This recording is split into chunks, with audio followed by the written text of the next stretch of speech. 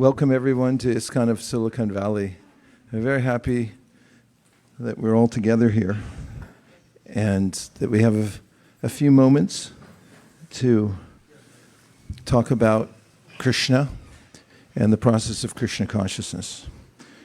Srila Prabhupāda, who's the founder and acharya of the organization, once noted when he was telling his disciples about his childhood that he had climbed to the top of a very tall building that's there in Calcutta.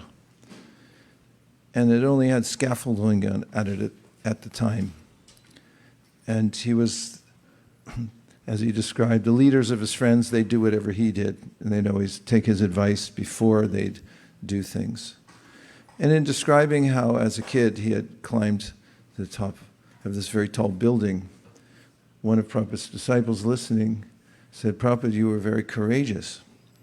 And Prabhupada answered that I'm still courageous. Otherwise, how might I have come alone on a boat all the way from Calcutta to America?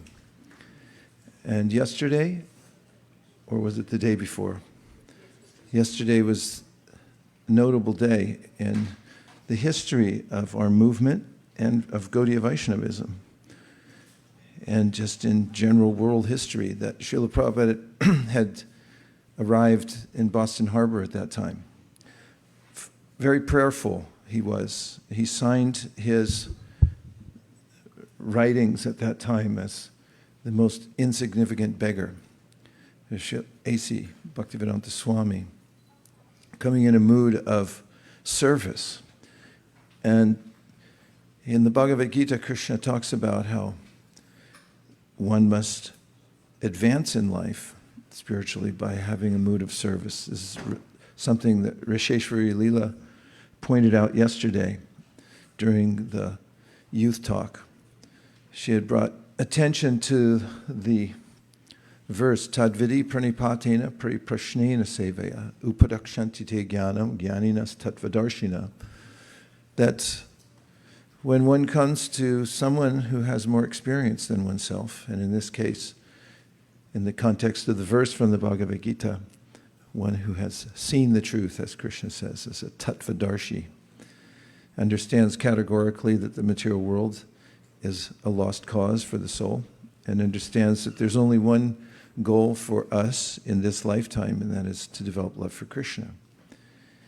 And when we approach such a person, there are three attitudes that bring forth what's in the heart of that mature, experienced person. One is our attitude of pariprashnena, which means that there's a sense of humility.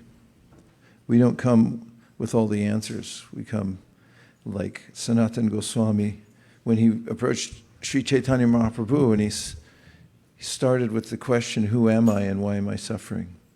He said, people call me a pundit, as after all he knew 7 languages and was expert in managing the government. And he said, and I'm so foolish that I believe them when they say that I'm learned. He said, but actually I know nothing. And then Krishna says, you should ask relevant questions, because questions are a hook. And one who asks the right questions can come to know everything. And thirdly, he said that one should render service. And in reciprocity, in the science of reciprocity, there's a way in which when we do service for someone, they feel their heart opening, especially when it's selfless service. If we know there's strings attached at the end, that you actually came here and rendered service, but you really only wanted to borrow my lawnmower, then we might think it over maybe later when we're falling asleep at night. He didn't really mean it. He just wanted my lawnmower. But if we truly have a sense of reverence and appreciation and render service out of love, then such a person's heart will open. As mentioned in the commentary to the verse, Evamvrta swapriya namakirtya jatanurago dritachuta uchar. Asatyato rautiti roti gayati unmadavanrittiti lokabhayaha. That for one who has been chanting Hare Krishna for a long time and whose heart has opened, there's a pouring forth of what's in the heart. And I'll bet you'll never guess what the acharyas say is in the heart of a pure devotee.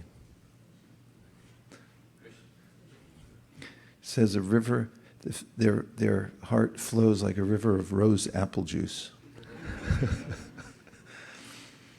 And certainly it's the current of prema, as you said, Krishna prema.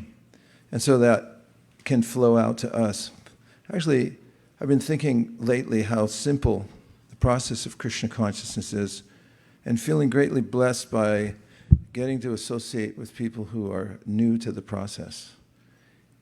We've had several programs here in the Bay Area recently, some of them where there were people who were noticeably brand new, naive to the process, no context whatsoever, but somehow or other interested in it.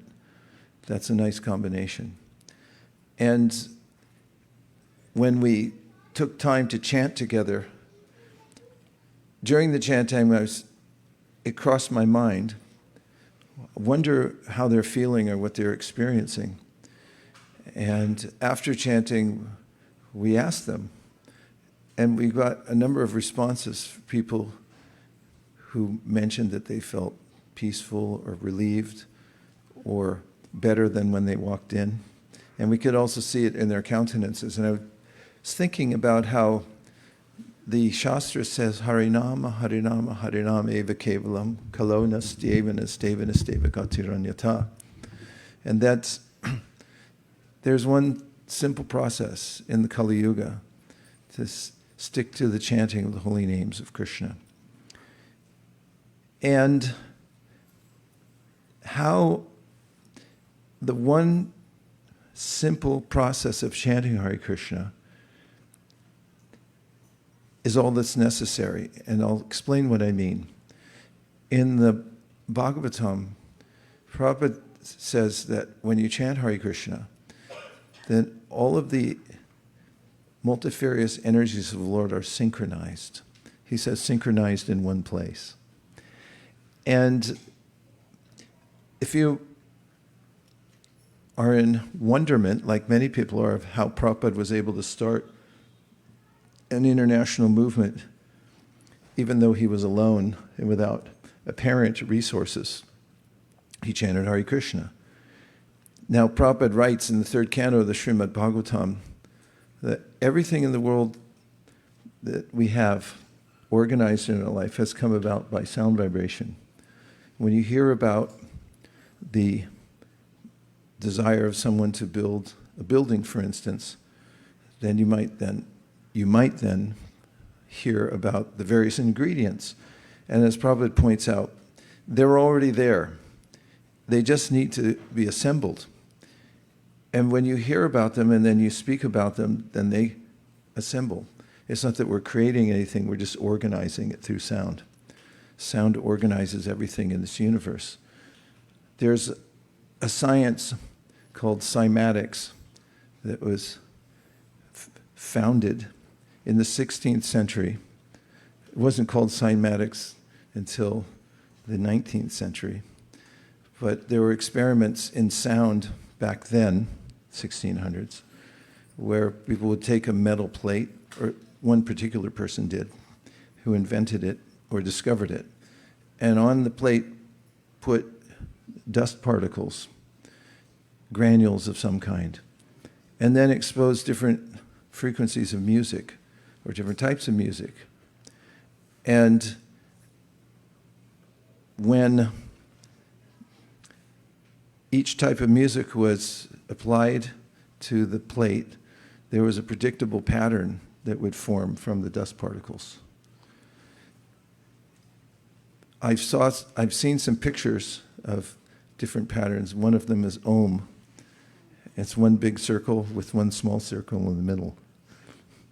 Kind of what you might expect from Om Purnamada Purnamidam, just complete whole circle, or two circles. And other types of music produce more elaborate patterns, albeit predictable. And then in the science of physics, many of modern... What do you call a person who practices physics? Oh, physicist, thanks. I was going to say physician. Physicists have theories about the substance of the universe, and they describe it as wave-like. That the fabric of the universe, so to speak, is woven together with threads of vibration, vibrational threads. Some have even described it as a kind of symphony, the whole universe, because it's woven together by sound. And matter is extremely fluid. It can bend, it can stretch, it can morph into something else. Much like music, one can introduce variations to it, and there are modulations. So matter is like that also. In the Bhāgavatam, Kṛṣṇa describes, or Kapiladev describes, how the universe comes from sound as the first element. And from sound, the various other elements emerge. And the various patterns in matter are created by various kinds of sounds. Coming back to the point that Prabhupada makes, acts of creation in this world are dependent on the kinds of sound vibration that we make. Or to be more specific, what we say and what we listen to. And as I've mentioned in previous discussions, quoting from the Vedānta-sūtra, the last verse, Anāvṛttiḥ śabdāt, which means everything comes from sound. And there are different interpretations of that sutra, but other ones say that you can become enlightened by sound, or uncovered, Anāvṛtti, by sound, śabdāt. And so, Prabhupada mentions how all paraphernalia is available to us.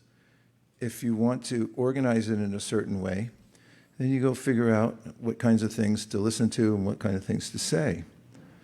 If you want to organize a business, you go to the GBC college or get an MBA somewhere, or just take a class and listen to somebody who says you start with a strategic plan and here's your mission, vision, and then you have to have key result areas and some goals and etc. And then you start filling it in. And next thing you know, I mean, what are you really doing? You're not creating anything new. You're just assembling it by the thought and then the speaking process. And speaking is the grossification, it's an actual word, albeit archaic, but I like it, and I'm trying to bring it back here to Silicon Valley, of the thought process. So then Prabhupada said all paraphernalia that we have now, and consider what paraphernalia you might have now. You have things, right? A few things. All those came about by the same process. Hearing about them, speaking about them, and one way or another, all the paraphernalia got organized or semi-organized, depending on how you live, in which case you have to adjust the kind of sound vibration you make. And then he makes the most important statement, or to the point statement, which is that in the same way, there's sound that comes from the spiritual world, and if you want to assemble the paraphernalia you need to make spiritual advancement, then there's a particular sound vibration with which you can do that. And that is the Hare Krishna mantra. It goes, Hare Krishna, Krishna Krishna, Hare Hare, Hare Rama, Ram Ram, Hare Hare. And someone asked me the other day if if that really matters. It meaning the order and sequence of the words. Can't you just say anything and you'll get the same result? And I invited that person to engage in a thought experiment because that person was in IT and asked if you were coding something, did it matter what order you put the characters in the language, C++ or whatever you're doing? And she said, no, it does matter. We find that in statistics, combinations, permutations. If you start with the first wrong number and a phone number, it's not going to work out. Certain things matter. So the sequence matters, the mantra matters, it's an algorithm, but it's from the spiritual world. And if you want to assemble everything needed to extricate yourself from the material world or to reconstitute your spiritual life and reestablish your relationship with Krishna, then it's by sound vibration. Anāvṛttiḥ śabdāt. It all happens by the sound. This is an important discovery, because what that means is that it's an authorized, recommended process. What's more, it's straightforward, simple, and scientific, and it can be used by anyone, anywhere, to get the results that he or she is seeking in life. And therefore, in the Krishna consciousness movement, we need only look back to Prabhupada's arrival and the way in which he organized the Krishna consciousness movement, which is a Herculean task, to say the least. And that was by chanting Hare Krishna. And then, of course, there were things to manage after that, and one has to do one's due diligence. But even our great acharyas say, in whatever process you're engaged in, you should begin by chanting Hare Krishna and end with chanting Hare Krishna. Because our personal endeavors to organize the energies of this world will not hold unless they're supported by Krishna, who appears in the Hare Krishna mantra.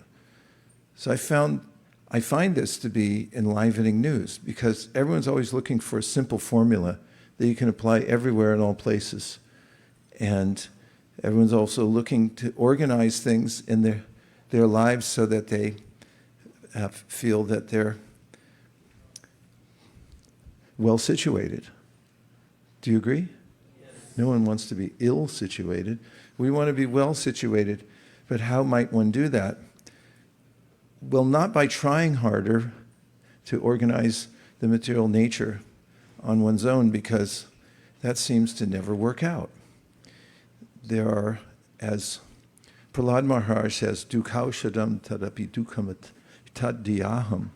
He said, I think that every time I try to engage in the organizational process of this world to overcome suffering, it makes it worse. But there is a panacea. It's a simple process to chant Hare Krishna. So one might say, is that all one has to do? Frankly, yes.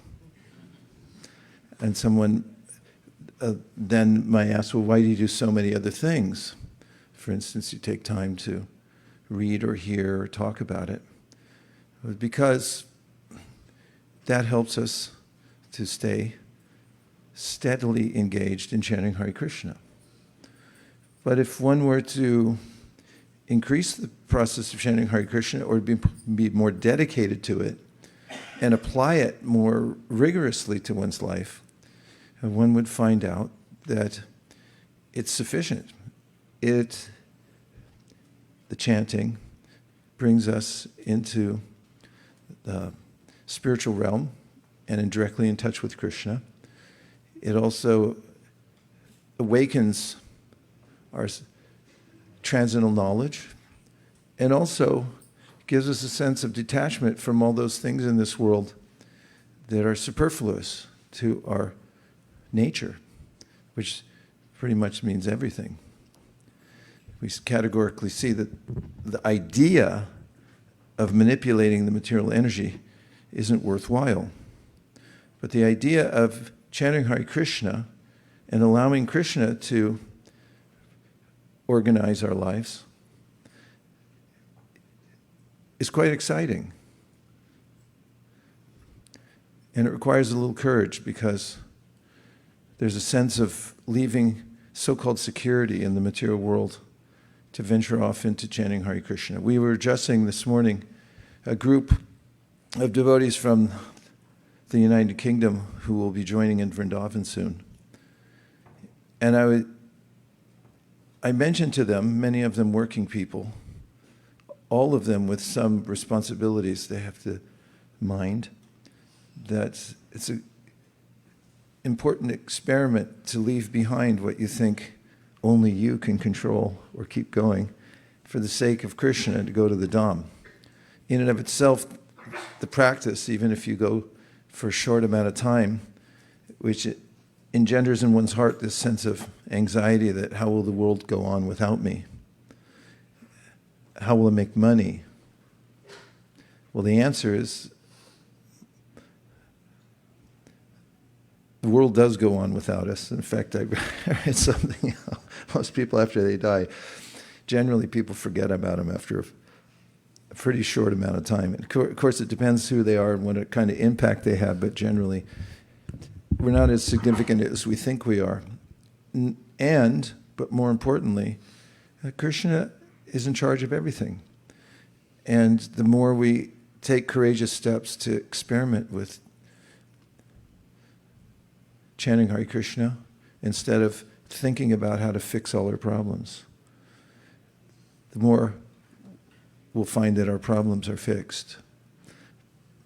We get the intelligence, and we also have a sense of detachment through which we can work with any of the complexities we have in our life. So the conclusion is, it's a good idea to chant Hare Krishna. It's highly recommended by Shukadeva Goswami and previous acharyas.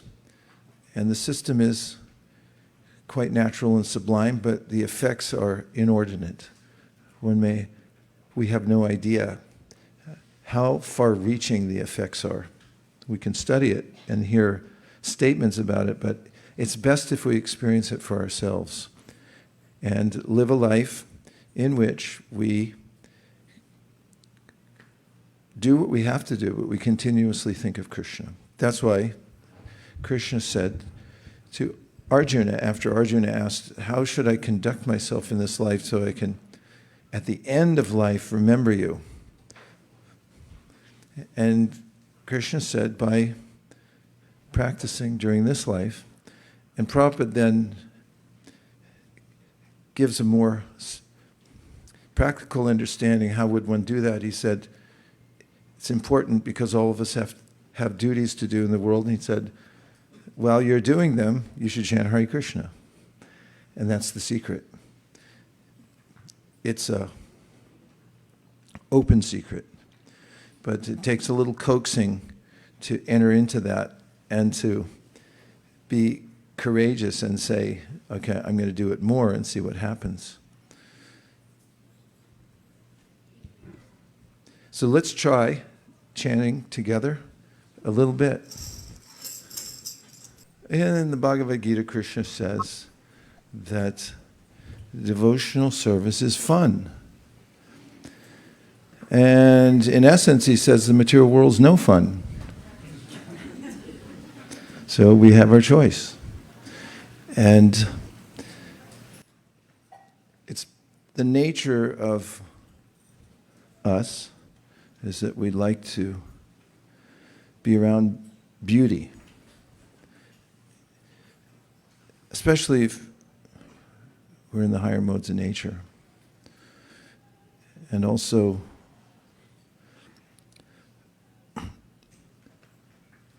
human beings, when developed, appreciate art and writing that is subtle. We can experience such things. And all of that says Narada Muni to Srila Vyasadeva can be engaged in the service of Krishna. All the stuff we really like, the beauty of the world, music, art, poetry, arts and crafts,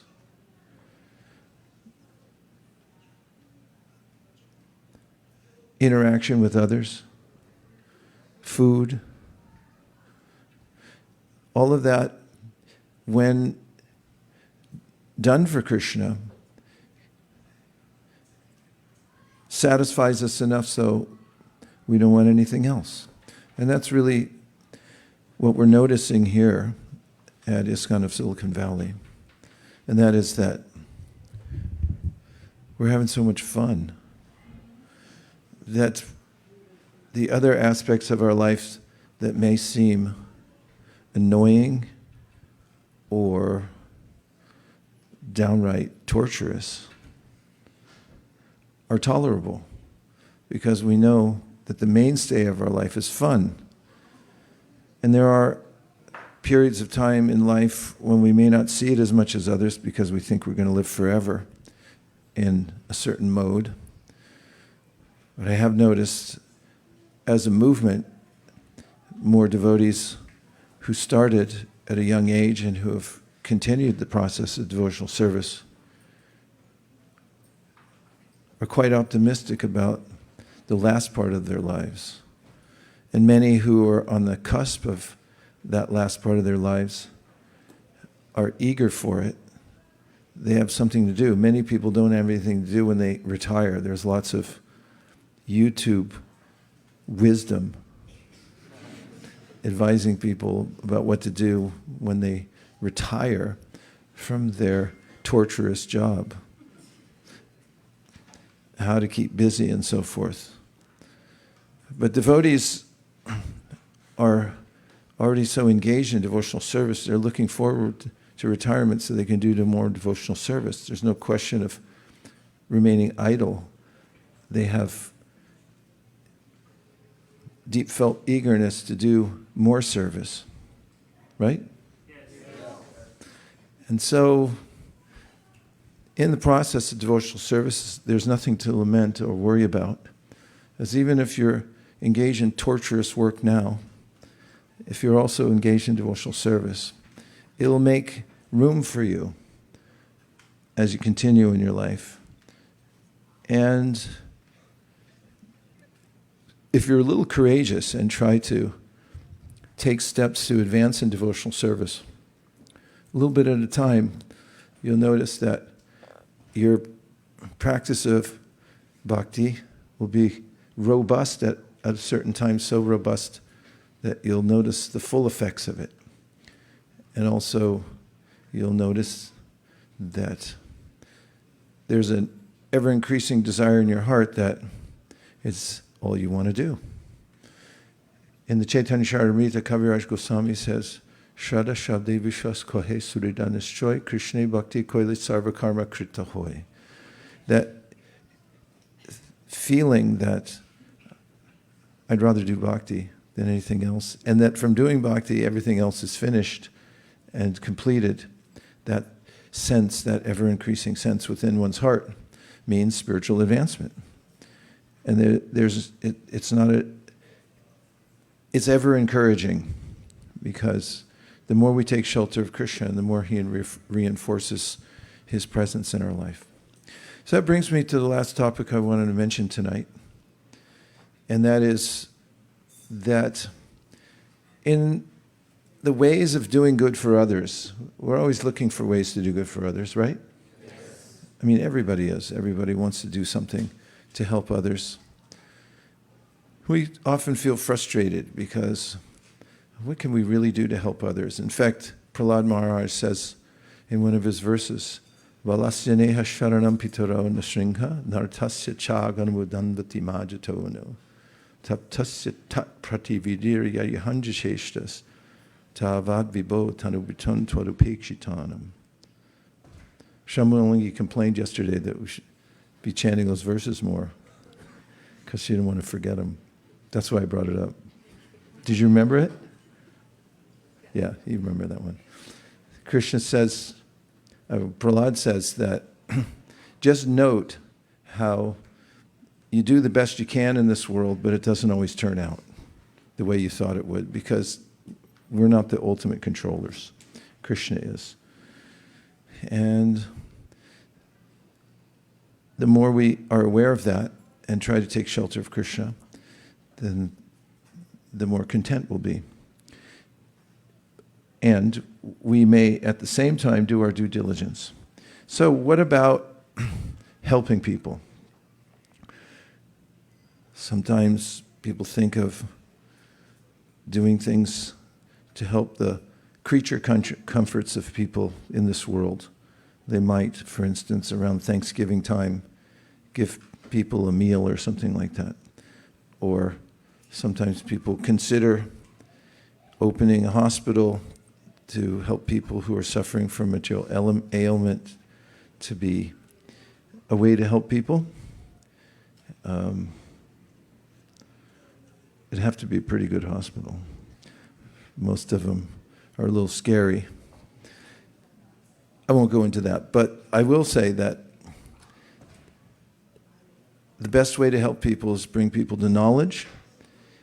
And Krishna himself set an example for when people leave the body. It's also helpful to do something for them even after they've left the world. This comes up in the first canto of Srimad Bhāgavatam, when in the conversation we're reminded of the Battle of Kṛṣṇa. Remember that? The Battle of Kṛṣṇa? A brutal battle, many people died. It means many families were left without fathers, husbands, and many people were distraught, including Bhishma and Yudhishthira. Well, of course, Bhishma wasn't distraught as much as Yudhishthira, because Yudhishthira figured it. He felt it was his fault because he's so humble. And in the Bhagavatam, it's described how Krishna came and attended to all those who were distraught at that time, having lost relatives in the Battle of Kṛṣṇa. And he personally performed last rites. I was in Japan once and we were reading that section, and I was talking to my godbrother whom I was traveling with, and he said, "Why do you suppose Krishna performs the last rites? And what's this all about?" The ceremony. And he mentioned how people need closure. It's traumatic when we lose people in this world, especially loved ones, parents, and so forth. It takes a long time to process, or we may process it throughout our lives. And not just ingeniously, but also practically, there's a way in which, in our process of Krishna consciousness, there's a way of doing good for those who have already left the world. And it has to do with connections. As one of my godbrothers once said, it's not what you know, but who you know that counts. And as an example, Prahlad Maharaj, when Lord Nrsimhadev asked him to take a benediction, he said, "No thanks, I don't want anything." He said, "No, take a benediction." He said, "No thanks, I don't want anything." He said, "Look it, I'm Bhagavan, take something." And he finally said, "Please liberate my father." And Nrsimhadev said, "That's already done because of your activities as a pure devotee." And this is something that is a recurring theme within the Vedic scriptures. But there's also ways in which one might do some kind of last rites. In some philosophies, there's a conception of anatma, which means there's no soul. Atma means soul, and anatma, I'm going to try this again, see what happens. It says there's really no soul. Whatever consciousness you're experiencing is a sleight of hand. It's just a illusory process, some idea of nothingness coming into somethingness. And when a person is gone, there was no person there. There was no Atma. But how would you feel if you were distraught because your grandmother, who was so dear to you, had left the world, and then your priest told you, don't worry, she never existed? We do exist, and we know we exist.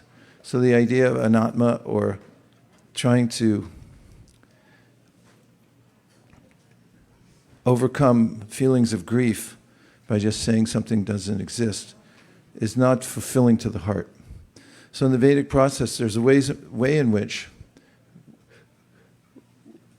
we understand the continuum that every soul is on. And when that soul leaves the world, there are last rites. And in the Bhāgavatam, this is described in the 7th canto, near the end. How one may perform ceremonies for one's deceased relatives, which includes offering of prasad to Krishna, and then offering that prasad to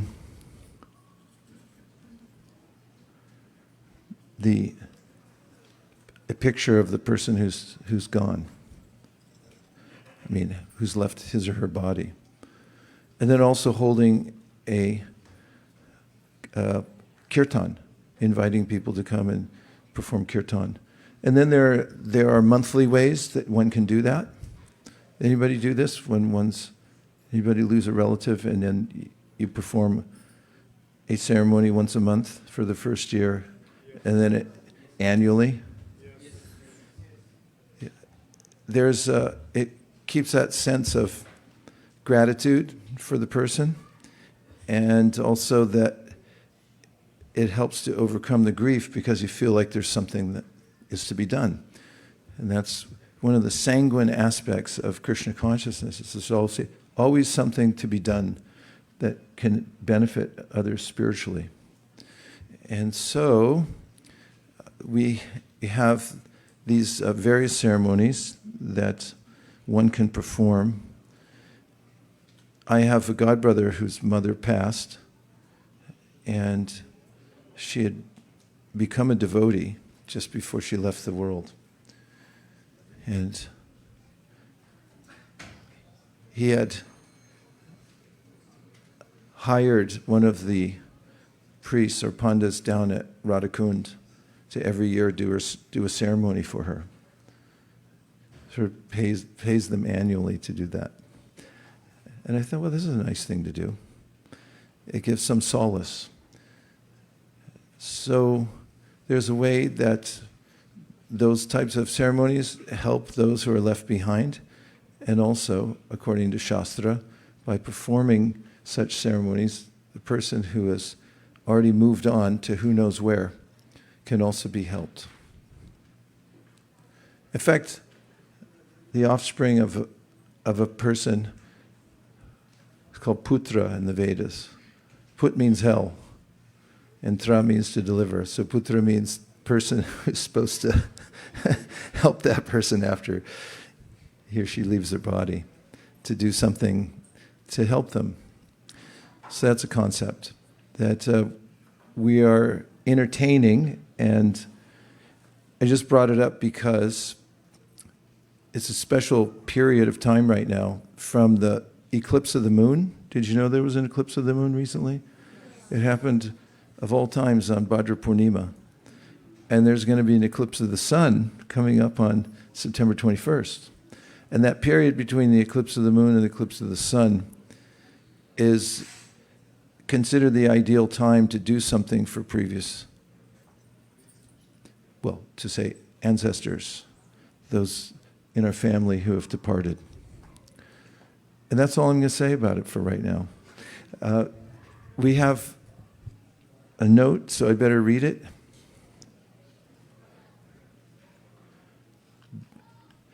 Right now, we're going to have an opportunity to engage in a community exercise. Yay! Are you ready? Yes. When I say go, please find somebody whom you haven't met and introduce yourself. And just tell one another what you're grateful for in Krishna consciousness. And we'll meet back here in about 2 minutes, but I suspect it'll be more like 4 minutes. So just take a moment to stand up and meet somebody that you haven't met before and introduce yourself. And we'll be right back.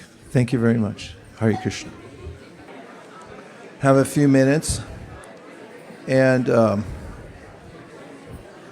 free film tonight for your viewing pleasure. If you can hear me, say shh. Just in maybe 10 minutes, 15 minutes, we're going to stand before Srila Prabhupada's Vyasasana and make an offering. At ISKCON of Silicon Valley, we're preoccupied with distributing Krishna consciousness to others, especially in the form of books. And we had made goals to do that. And we will, in a ceremony that many of you are used to, offer those results to Srila Prabhupada. So it'll be an organizational process. And before that, we'll just show you an idea that we conceived of a while back, but as Victor Hugo once said, nothing is as powerful as an idea whose time has come. And this is a great time. So just going to give you this idea that we've floated out into the world, and we've got an inordinate response. So you can look at it and see what you think.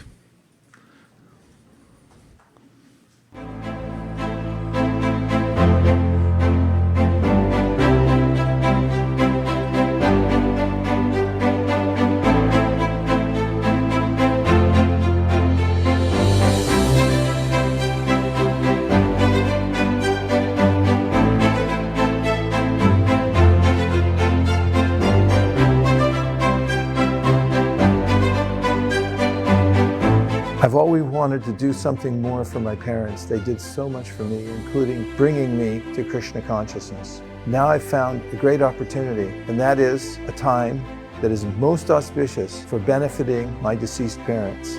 It's a period of time that started on the full moon of this month, called Bhadra Purnima, when there was an eclipse of the moon. It ends on the 21st of September, when there's an eclipse of the sun. During this period, the ancient Shastras say one benefits one's relatives in the highest possible way by giving them Shrad, Anadan, and Shastradan.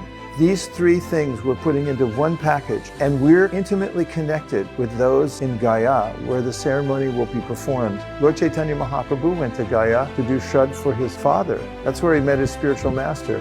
Gaya is a very auspicious place. Anyone who would like to sign up by September 18th, which is the deadline, can take advantage of this time to benefit your relatives with the greatest possible, shastrically approved process. I'm doing it. I recommend everyone else does too, because, hey, we wouldn't be here without our ancestors and our dear parents. Try to go for it and do something great for them. Thank you very much. Hare Krishna.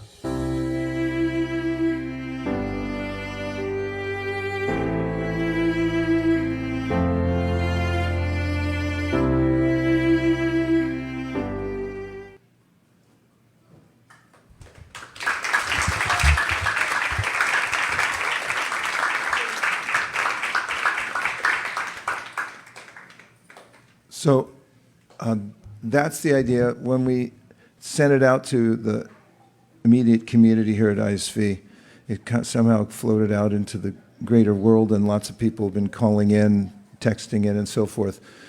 And so we're just going to take 5-6 minutes in case there's a few devotees who said they wanted to do this now, the final opportunity on a Sunday. So we'll just hand it over to Malini, and you can do as you wish. Hare Krishna. As Prabhu mentioned that we only have about 5 minutes, some devotees texted in and they wanted to sponsor for this initiative. So if you like to sponsor, you can pledge any amount, and we'll take your pledges now for 5 minutes. So please raise your hand, or you can text me 408-515-5292, 408-515-5292. How much are we supposed to pledge? So $250 if they want to feed 11 brahmanas, and if they want to feed 51 brahmanas, it's $501. And what about the Shastra Dawn part of it? So each of these levels, they get to send a set of Srimad Bhāgavatam in their ancestor's name, feed the brahmanas, and also do the puja on their ancestor's name. And if I'd like to sponsor one for Nirkula's father and one for her mother. Hari.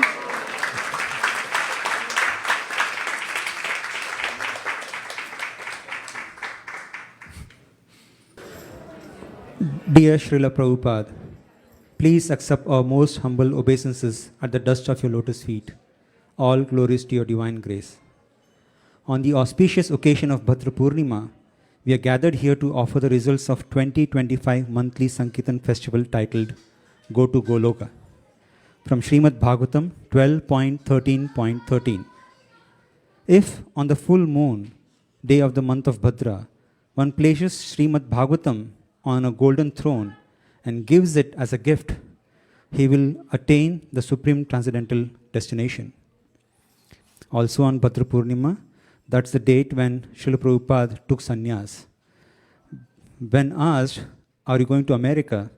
Srila Prabhupada replied, no, Srimad Bhāgavatam is going to America. I am going with it. The Bhakti community is a community of spiritual seekers who learn and practice Bhakti Yoga. They join us for our weekly programs designed to inspire connection, inner peace, and a deeper sense of purpose.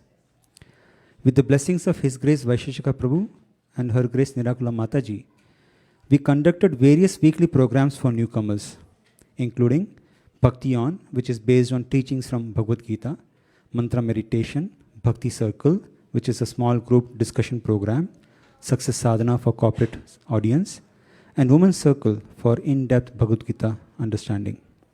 We also held in-person meetups called Next Stop, the Mantra Zone, in multiple locations on Friday evenings, and conducted weekday Srimad Bhāgavatam reading sessions. This MSF, we conducted a retreat titled Journey of Inner Transformation that was attended by around 25 newcomers. The retreat introduced 5 essential Bhakti practices to live a purposeful and fulfilling life.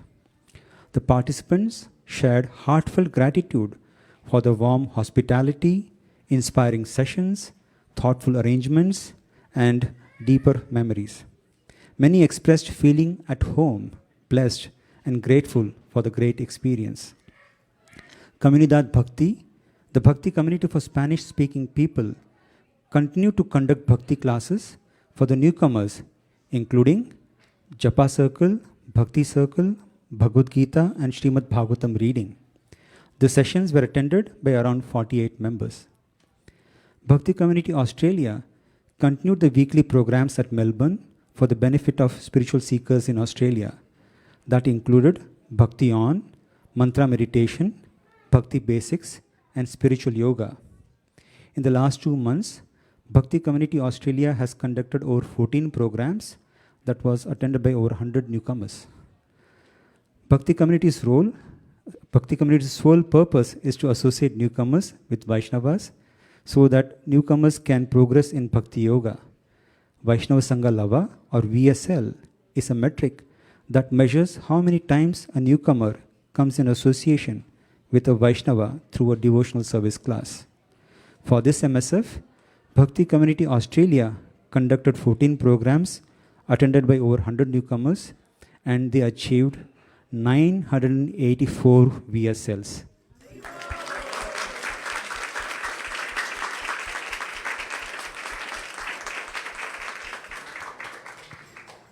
And for this MSF, Comunidad Bhakti's goal was to achieve 450 Vaishnava Sangha Lavas. We are pleased to report that Comunidad Bhakti surpassed the goal and achieved 3,360 Vaishnava Sangha Lavas.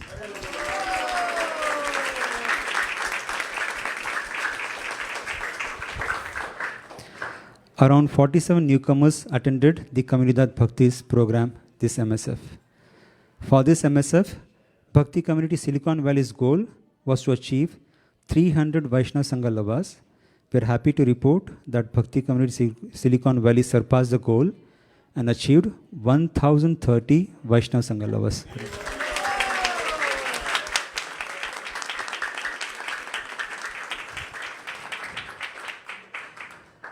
We pray for your blessings as we begin to continue to make progress on our goals, and we are eternally indebted and grateful to all the volunteers, room leaders, speakers, mentors, donors, and book distributors who work tirelessly every day to fulfill Srila Prabhupada's mission. We seek blessings from you, Srila Prabhupada, all your disciples, and all the Vaishnavas to bless Bhakti Community Silicon Valley, Comunidad Bhakti, and Bhakti Community Australia, so that we can follow Lord Sri Chaitanya's instruction to inspire newcomers to take up path of bhakti. And finally, we extend our most heartfelt and sincere gratitude to His Grace Vaisesika Prabhu and Her Grace Nirakula Mataji. It's solely due to their presence, leadership, and unwavering inspiration that the Bhakti community not only exists, but is thriving. Thank you so much.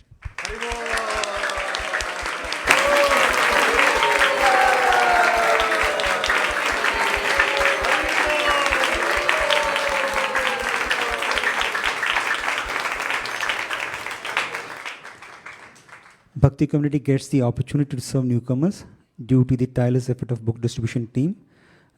Now, Her Grace Malini Mataji will present the book distribution results. Dear Srila Prabhupada, please accept my most humble obeisances at the dust of your lotus feet. All glories to your divine grace. With respect to books, Team ISV had a goal to distribute at least 3,800 Srimad Bhāgavatam sets from Gaur Purnima until today. Once the goal was set, we applied the principle, assume it can be done, and marched forward depending on the mercy of Sri Chaitanya Mahaprabhu. Here are some of the highlights of various teams who worked together towards the goal. Kids Sankirtan team, which includes parents and kids, participated enthusiastically again in this marathon. And from Gaur Purnima till today, they distributed 484 Bhagavatam sets, smashing their last year total of 352.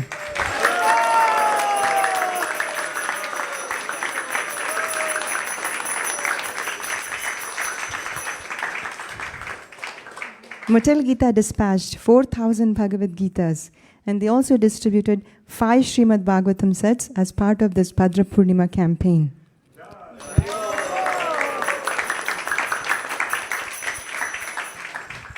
The Youth Sankirtan team is making continuous progress towards their yearly goal. They covered events and locations such as downtowns in various cities, college campuses, street festivals, parks, and Ganesh Chaturthi festivals around the Bay Area. In total, they distributed 7 Srimad Bhagavatam sets for this Bhadra Purnima.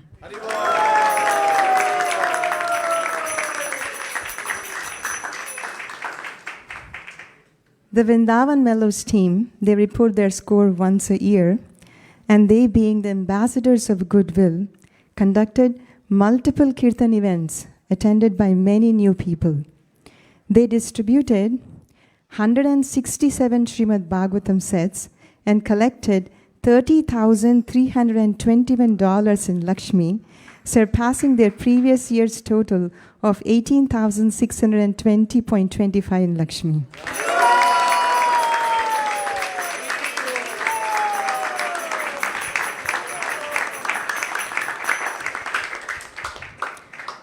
Wisdom of the Sages team, led by His Grace Kaustuba Prabhu and His Grace Raghunath Prabhu, continue with great enthusiasm and participate in this Bhadra Purnima campaign. This year, they distributed a total of 25 Srimad Bhagavatam sets, and they collected $5,000 in Lakshmi.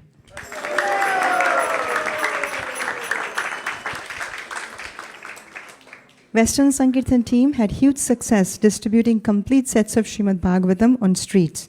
From the beginning of this year, their team distributed Bhagavatam sets to many non-traditional venues like universities, corporates, art and wine festivals, music festivals, farmers markets, grocery stores, restaurants, downtowns, national parks, and traveling to other states.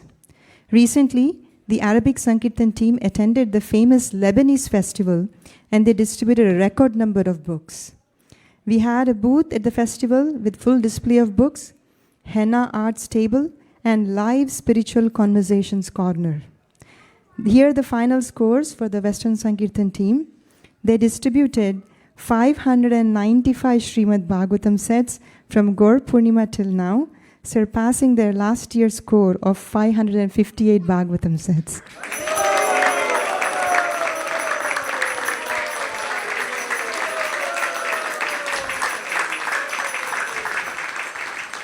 The Western Sankirtan team accrued 24,782.25 in book points, and they collected $25,632.74 for this MSR.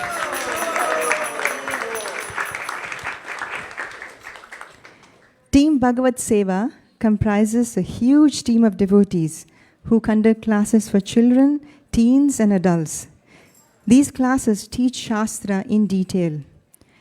Last year till now, they started Saturday school, academic grade K to 5th, Bhagavatam tales, 6 and 7 books, Carnatic classical music, Bhakti Rasamrita Sindhu classes, Dublin Shloka classes, summer camp, high school connect, and as they planned last year to find a coordinator for Saturday school, they will soon find a coordinator for academic classes as well.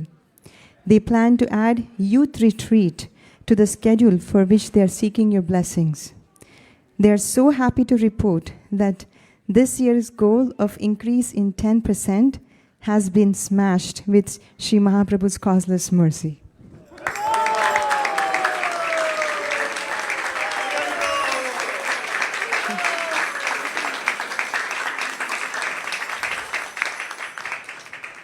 They distributed 801 Srimad Bhagavatam sets, and they collected $79,320 in Lakshmi.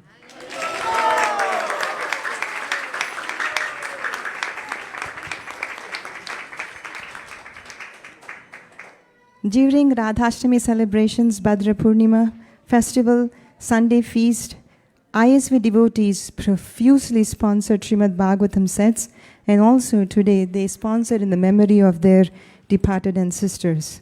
In total, we collected $196,000, $660. Sorry, this is being updated live, so. Okay, now it stopped. So we raised $196,168 in Lakshmi.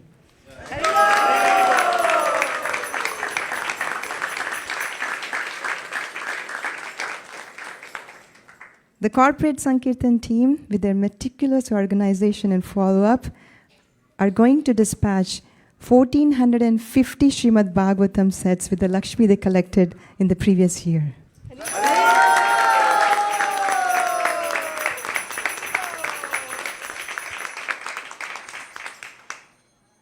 As we make this offering of the MSF results, Srila Prabhupada, we are very pleased to say that all of the goals have been successfully met, surpassed, and smashed.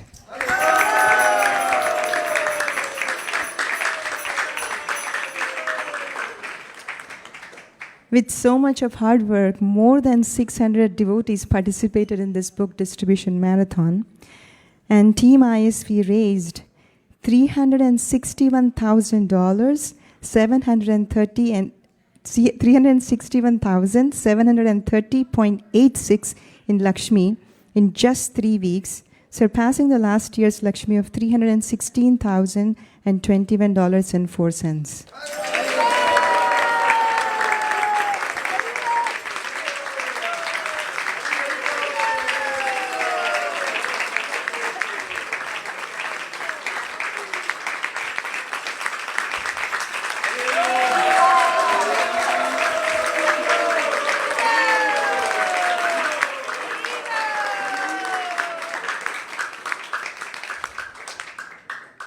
From Gaur Purnima until Bhadra Purnima, in terms of books, Team ISV distributed 3,899 Srimad Bhagavatam sets, smashing the goal of 3,800 and surpassing the last year's goal of 3,780 sets.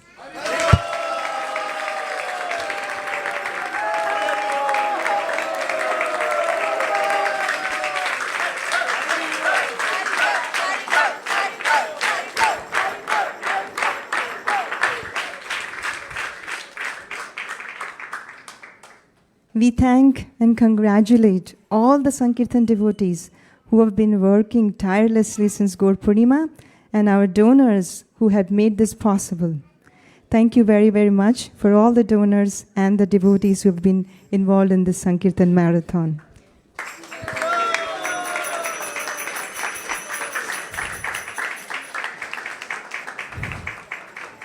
And we express our deepest gratitude to our beloved Vaisesika Prabhu and Nirakula Mataji and all of Srila Prabhupada's disciples who are inspiring Team ISV here.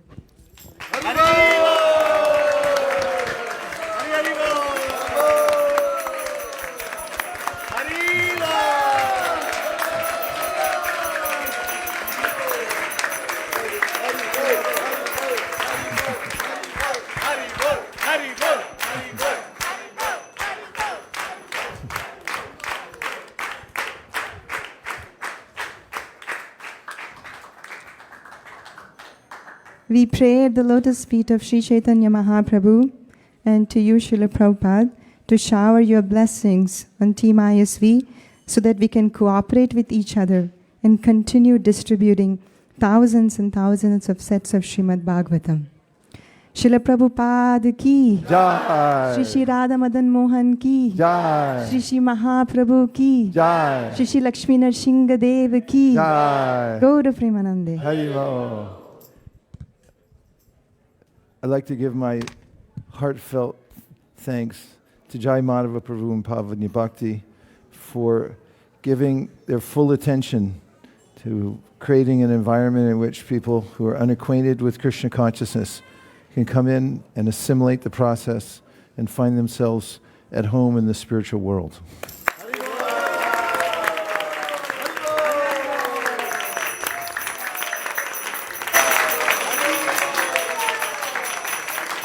I offer my special thanks to Malini Devi Dasi and Sri Krishna Purushottam for staying at the helm of the ever-expanding Sankirtan party.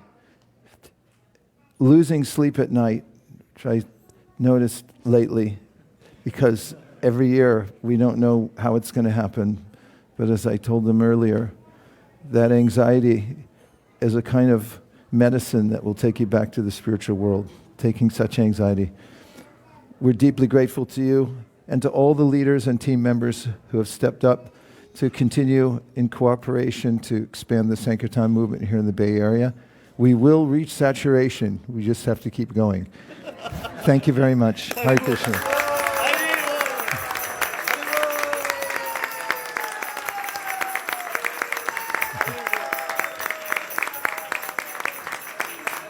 Gaur Premanande Haribo.